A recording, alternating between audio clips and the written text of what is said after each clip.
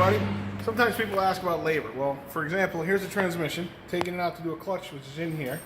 And if you look at this car, you'll see why it's a 6-hour job. There's the motor. You look, there's the subframe. There's all the bolts, the pieces, the parts. There's axles. You look over underground there, there's parts. You go to the right over here, you'll see parts, pieces, axles, air filters, everything else.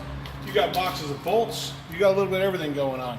So by the time we take this apart, mind you, if the rusty bolts do come apart, you have a lot of work to do. You got to clean everything up, replace the clutch, put everything back together again, and of course it's got to drive nice and straight and be nice with no noises and everything when you get all done.